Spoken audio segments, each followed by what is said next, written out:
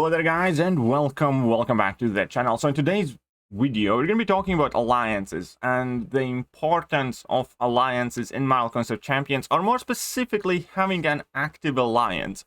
Now obviously there are several key reasons to be an alliance, and today we're specifically going to be focusing on the material ones, the rewards, the what you get out of alliance for being in there.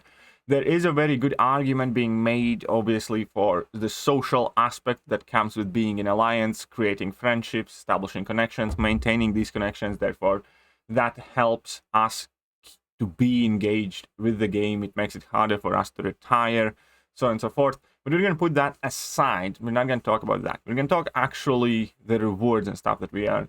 Also, before we go any further, I want to make sure that everybody understands this isn't necessarily me crying that, you know, this is going bad or that is going bad. This is just me trying my best to observe a shift in a game that, who knows, it might work out for best, or it might work out for the worst. We do not know, but there have been major changes definitely to the entire MCOC kind of hierarchy of game modes, hierarchy of systems, I suppose. And just like there are many people who like being an active competitive alliance, or there are many people who like doing specific things in the game, there will be many people who are perfectly fine with, you know, being in more chill and relaxed alliances, and that is perfectly fine. I'm not saying that one opinion trumps another. This video is just kind of perhaps trying to shine a light on some changes that were introduced, and they were covered, but the larger ramifications of them have kind of escaped us as a community, I believe. Because, for instance, we have a loyalty store now. And okay, before I get to Alliance War, I need to structure this a bit better. Alright, so obviously, I said we're going to be talking about material reward side. Now, there are basically three avenues, three sources of rewards that are coming extra if you are in alliance opposed to being a solo player. Number one is these alliance events. The alliance quest completion, you know, 3-day events, 24-hour events, or whatever. And let's be real, these are crap. They have been crap for a very long time. Yes, over time they add up to something somewhat, you know, it's not absolutely relevant. But nobody is looking for an active alliance that hits all the milestones in every 3-day event, if you know what I mean. Or nobody is looking on alliance based on where they place in Summoner Advancement. Why? Because all of these things are extremely outdated and irrelevant when it comes to the grand scheme of things. You don't earn your tier 5 CCs here, you don't earn your rank 4 materials here. You earn scraps. And, you know, like few units, few refills, few something. So all of these events are just completely trash, let's say, realistically, compared to the other major source of rewards. And the other major source of rewards on Alliance base is, well, it's only two, really. It's Alliance Quest and Alliance War. They have been like that. They have been core parts of the game for many, many years now. And ultimately, I'm going to be trying to lay out my argument why both of their importance is quickly waning. Because I caught myself thinking that, you know, Alliance Quest is kind of irrelevant this week as I was doing it. I was struggling to kind of motivate myself to play Alliance Quest. And on top of that, I even caught myself thinking that Glory is kind of a trash resource now. Glory for many years was the second most premium resource in the game after units, and now it just isn't anymore, because Glory Store is kind of trash as well, if you look at it, you know, comparatively speaking, with Catalyst Store and how many catalysts you can get there, or if you look at it with Loyalty Store and the fact that it houses rarer items. So that is exactly where we're going to head down first too. We're going to take a look at Alliance War. Now, Alliance War has not been in a healthy state for a really long time when it comes to mid-tier and newer players, because a lot of players just opted to ignore it. And when it comes for more competitive players, players that push and try, realistically speaking, the rewards are not worth it. The amount of effort you have to put in order to finish in Masters has never really been worth the rewards that you get back. especially right now, obviously, because we had all that saga with loyalties and stuff. Now, on the other hand, I do perfectly believe that if you take Alliance War extremely casually, let's say you finish in Gold 1 or Gold 2, and your officers are not planning every word for 2-3 hours, and it doesn't require like very specific coordination and discipline, and you kind of free for all it. If you play Alliance War 3 times a week for 20-30 minutes, don't really use any items, especially now that we have level 1 revive, 40% revives for 1 loyalty. You know, getting extra 15,000 6-star shards, some tier 5 basics once in 6 weeks, you know, it's not the worst thing. I think if it's coming with only 30-minute commitment every 2 days, it's not great, but it's fine. I do think that the rank rewards for people who actually do try and spend items are absolutely pathetic. But it has never been about that. However, now Kabam introduced Loyalty Store, and Loyalty Store does several very, very important things. First of all, the best thing about Loyalty Store is that it entices more casual players to get into arena of Alliance War. Because often many alliances just did like one battle group or didn't play Alliance War at all. And everybody was fine with it because loyalty as a resource was kind of useless. Alliance War rewards weren't all that great, and quite possibly, you know, you had better things to do with your time and or attention. Now, given the fact that loyalty is primarily found in Alliance War and every other source of loyalty is kind of negligible, all of a sudden a lot of more casual players will start playing Alliance War.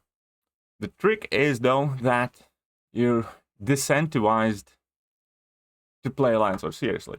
You are encouraged to get in the map and do the best you can without using items. Because obviously the item cost, comparatively speaking, is, you know, astronomical for the alternate sacrifice that you would have to make in terms of resources. To put it simply, using a single loyalty purchased potion is almost equivalent of having a 6-star generic signature stone. Why would you ever want to use a potion in Alliance War if that quite literally means just tossing signature stones away, right? So you're not encouraged to try very hard, you're just kind of encouraged to get in there. On the second point, obviously, that there is the effect of top tier alliances where with rank rewards such as they are, you're actively discouraged to try because you get better stuff by saving loyalty, playing relatively high tier Alliance War, which is exactly what New Nation's gonna do. You know, save our class boosts, save our potions, save our 3-minute boosts, spend as little loyalty as possible, ideally just the 1 loyalty revives, and place as high as you can, because the rank rewards can easily be offset by Loyalty Star. And now I understand, then I'm already hearing all the comments. Yeah, but next season they're going to be improving rewards. But that might not matter as much as people think it will. It really depends on how much they improve the rewards. Because I will explain this with a real life example. If you're working a job and your salary is your one and only single source of income, and all of a sudden, I don't know, for the sake of comparison, you open a YouTube channel as hobby, and that starts generating some sort of income as well. If you generate enough income with your secondary hobby, the importance of your job becomes less and less important. And even if you get a promotion, even if you get your salary increase, it's still not going to be 100% of your income. Some portion of your money is going to come from your YouTube or whatever other hobbies that you, or whatever other secondary stream of income you have made. It's kind of like, imagine if you're a waiter and you don't get tips, right? That is the Alliance War season before the Loyalty Store. That is your single kind of income source, your Alliance War rewards.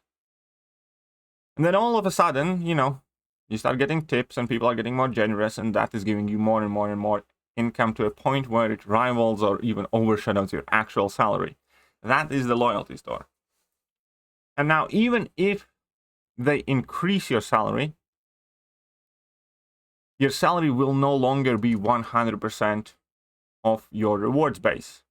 Significant portion of that is going to be your secondary income, your tips. Therefore, the increase in rank rewards would have to be, for Kabam standards, astronomical and unimaginable to really kind of put back pushing Alliance Wars to a level how it used to be before. Because remember, as I said, every single time you use a potion in Alliance War, it equals a 6-star 6 stone. Or almost, just about there. Sorry, this is glory. So loyalty star, because potions like 25,000 loyalty, right? And here a 6-star 6 stone is like what? 27,000 loyalty? Something like that. Or maybe 28. I'm not doing the exact math here, but it's just about that. So just the amount of loyalty that will have to be used would mean that rank rewards have to be increased drastically. And then we're going to get kind of back to square one, I suppose.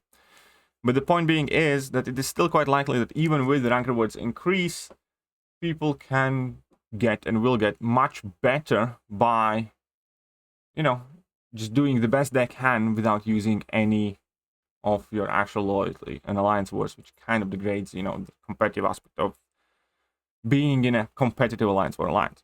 And the second thing that happened more recently, and again, we did talk about it, we noticed it, but we didn't necessarily realize the ramifications that are bound to happen.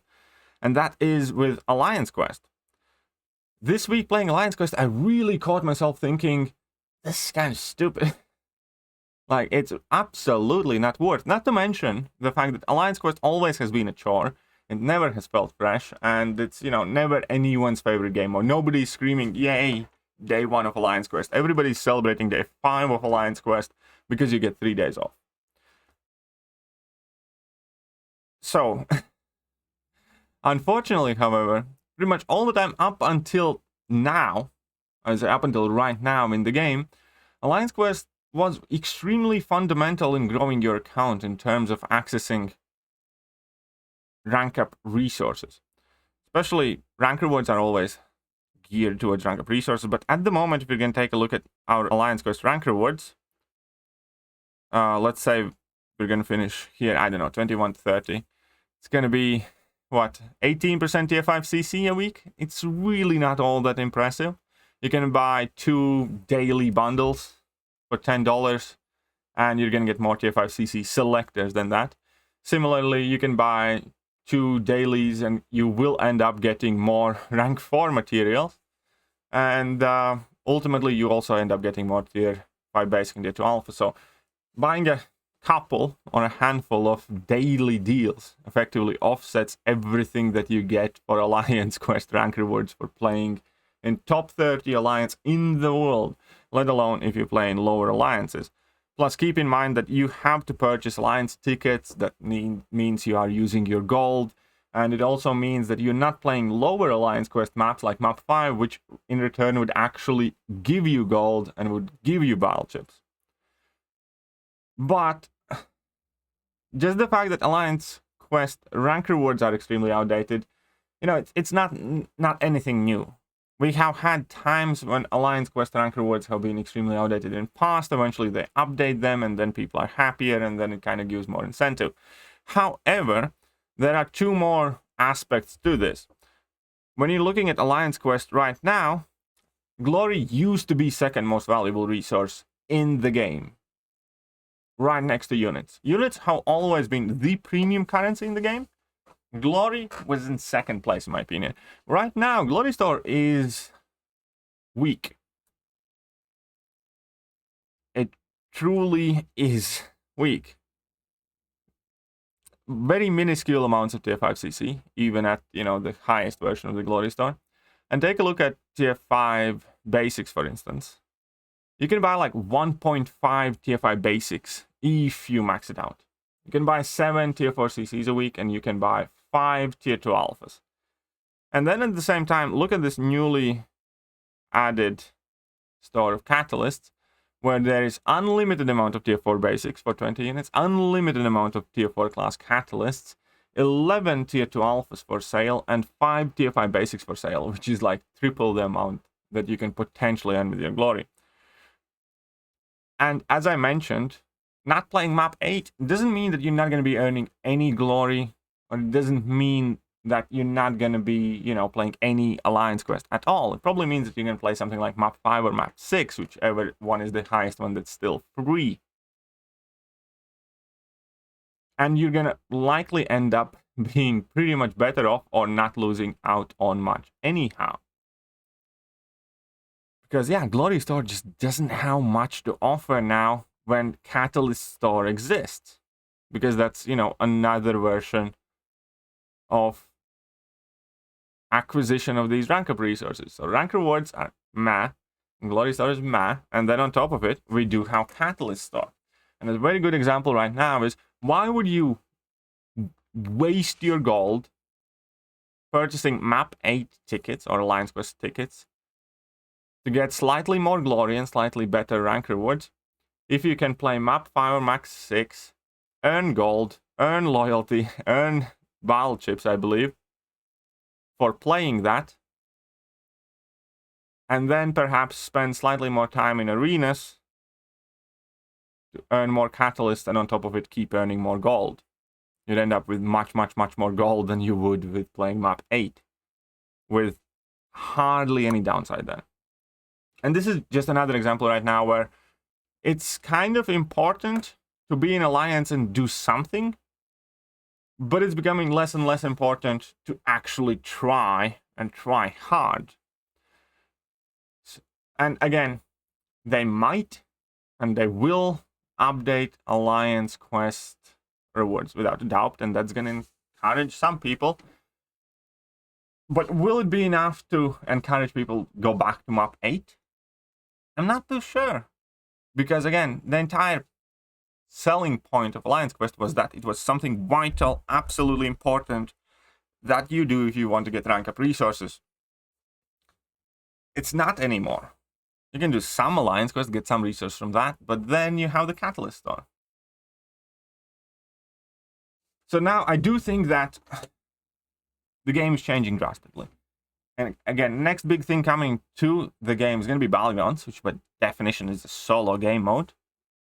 The addition of loyalty and catalyst stores have undeniably reduced the importance of the Glory Store and reduced the importance of Alliance War or competitive aspects of it.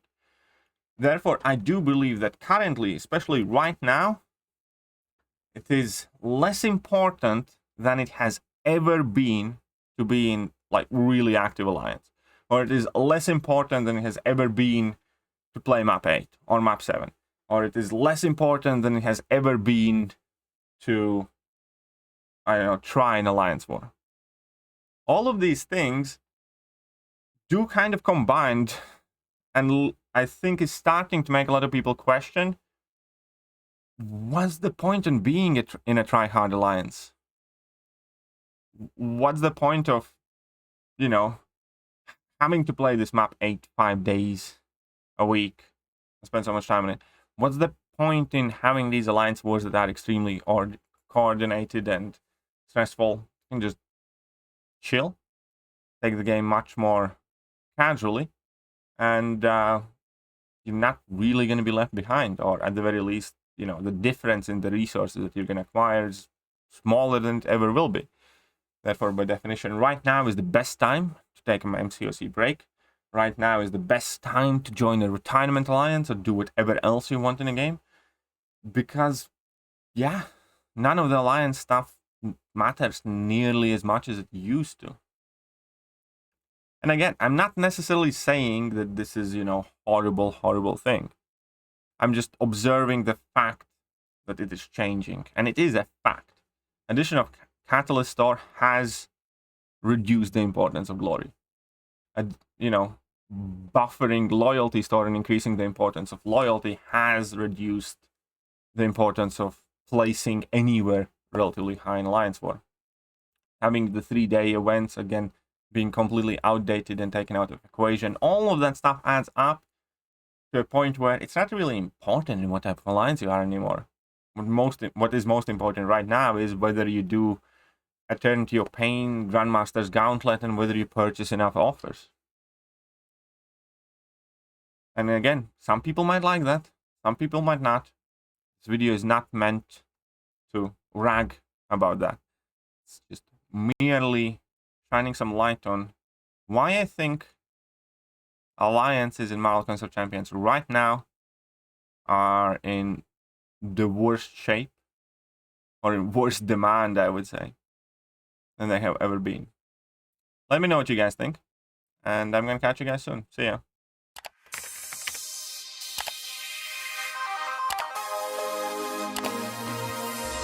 Hello there guys, and welcome back to the channel. So we have all the information about the next